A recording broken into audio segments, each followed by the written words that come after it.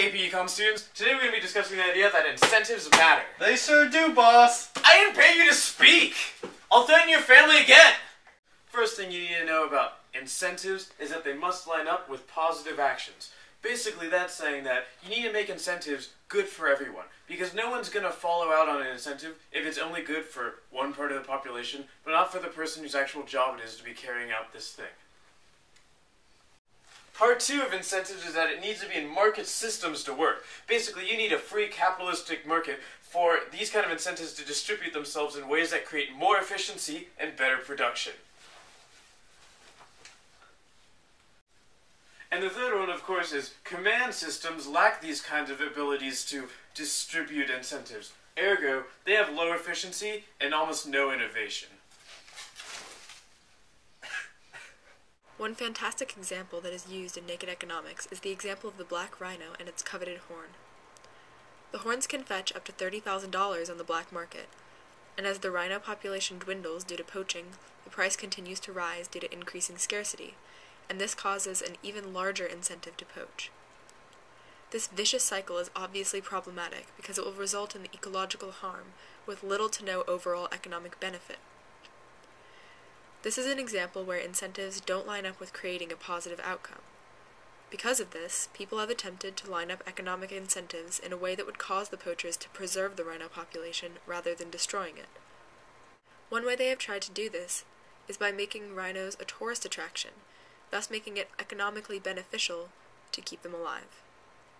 Another example that the author uses is that of car factories in East Germany that were actually destroying value, effectively ruining perfectly good materials by making poorly built and non-functioning cars.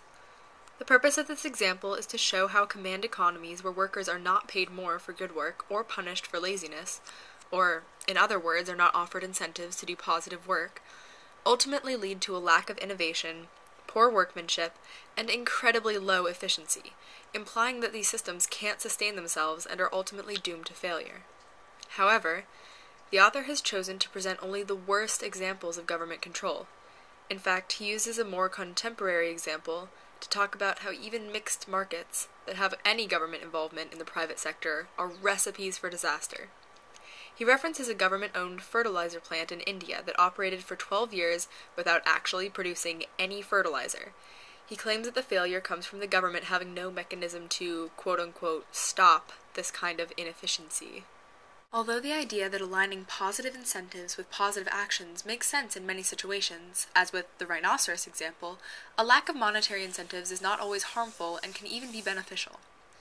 For example, the central planning that large governments are capable of can greatly improve infrastructure without offering large monetary incentives, like in the Soviet Union, when Stalin brought electricity to 80% of the population in under 5 years, an incredible improvement in infrastructure. Whelan argues that command economies and government intervention prevent the market from working to eliminate inefficiency and inspire innovation.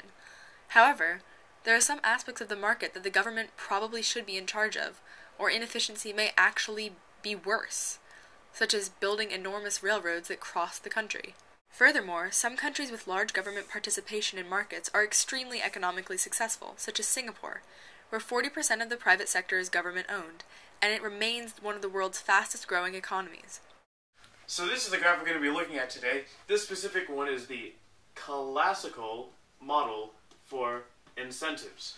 Basically saying, as incentives that are, in most cases, monetary, increase, productivity, and sometimes innovation and stuff goes up.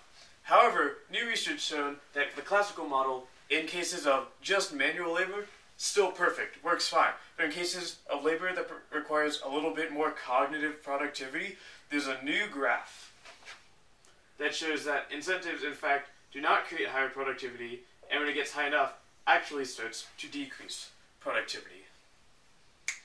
Until next time! So how can we motivate people to do better cognitive work? By offering them autonomy, mastery, or purpose. Autonomy is the ability to be in charge of yourself, to decide what you want to do and to get to do it.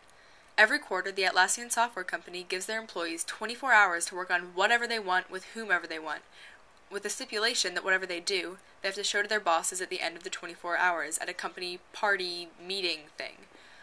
During those 24 hours, many existing software bugs are fixed, and a whole array of new product ideas are brought forward that otherwise may have gone unnoticed.